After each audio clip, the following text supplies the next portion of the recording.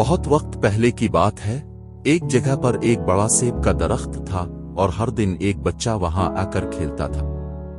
وہ بچہ تھک کر درخت کی شاخوں پر چڑھ جاتا اور اس کے سیب کھاتا۔ بچہ درخت سے محبت کرتا تھا اور درخت بھی اس سے محبت کرتا تھا۔ وہ اس کے ساتھ کھیلنا، اس کی چھاؤں میں لیٹنا اور خوش ہو کر نیند لینا پسند کرتا تھا۔ وقت گزرتا گیا اور بچہ بڑا ہو گیا۔ پھر وہ بچہ ہر دن درخت کے آس پاس نہیں کھیلتا تھا۔ ایک دن وہ بچہ واپس آیا، مگر وہ پریشانی میں تھا۔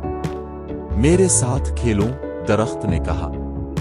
بچے نے جواب دیا، اب میں اتنا چھوٹا نہیں رہا کہ درختوں کے آس پاس کھلونوں سے کھیل سکوں، اور مجھے کھلونے خریدنے کے لیے پیسوں کی ضرورت ہے۔ درخت نے کہا، میرے پاس پیسے نہیں ہیں، لیکن تم میرے سارے سیب لے لو اور پیسے کمانے کے لیے انہیں بیچ دو۔ بچہ بہت خوش ہوا اور اس نے سارے سیب توڑ کر لے لیے اور خوشی خوشی چلا گیا، لیکن اس کی خوشی اتنی کم تھی جتنی کہ مجھے بچے کی خوشی دیکھ کر محسوس ہوئی تھی۔ یہ خوشی زیادہ دیر تک نہ ٹھہری کیونکہ بچہ سیب لے کر واپس نہیں آیا اور درخت اکیلا ہو گیا۔ پھر ایک دن اچانک وہ بچہ واپس آیا، لیکن اب وہ ایک آدمی بن چکا تھا اور درخت کے آنے سے بہت خوش ہوا اور اس سے کہا، اب میرے ساتھ کھیلو۔ آدمی نے جواب دیا، میرے پاس کھیلنے کا وقت نہیں ہے کیونکہ مجھے اپنی بیوی اور بچوں کے لیے کام کرنا ہے۔ مجھے ایک گھر چاہیے جو ہماری حفاظت کر سکے، کیا تم میری مدد کر سکتے ہو؟ درخت نے کہا، مجھے افسوس ہے کہ میرے پاس گھر نہیں ہے، لیکن تم اپنے گھر بنانے کے لیے میرے درخت اور شاخیں کاٹ سکتے ہو۔ آدمی نے درخت کی ساری پتے اور شاخیں لے لیں اور پھر خوش ہو کر چلا گیا۔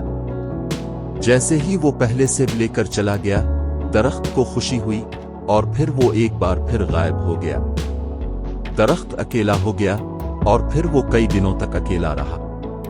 پھر گرمیوں کے دنوں میں وہ آدمی دوبارہ آیا اور درخت ایک بار پھر خوش ہو گیا اور سوچا کہ شاید اب وہ میرے ساتھ کھیلے گا۔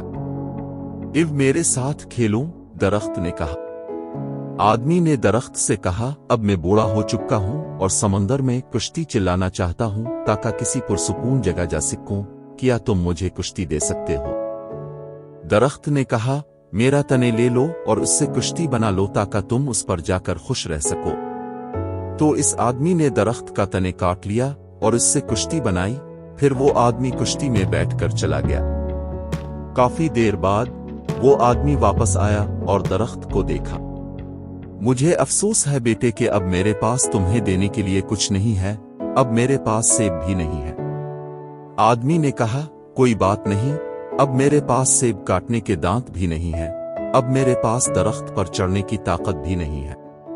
آدمی نے کہا، اب میں بوڑھا ہو چکا ہوں اور ایسا کچھ نہیں کر سکتا۔ درخت نے کہا، میرے بیٹے، اب سچ میں میرے پاس تمہیں دینے کے لیے کچھ نہیں ہے، صرف میری مرجھائی ہوئی جڑیں باقی ہیں، درخت نے رندھی آواز میں کہا۔ آدمی نے کہا، اب مجھے ایسی جگہ چاہیے جہاں میں آرام سے بیٹھ سکوں۔ درخت نے کہا، اچھی بات یہ ہے کہ میری پرانی جڑیں تمہیں آرام کرنے کے لیے بہترین جگہ فراہم کر سکتی ہیں۔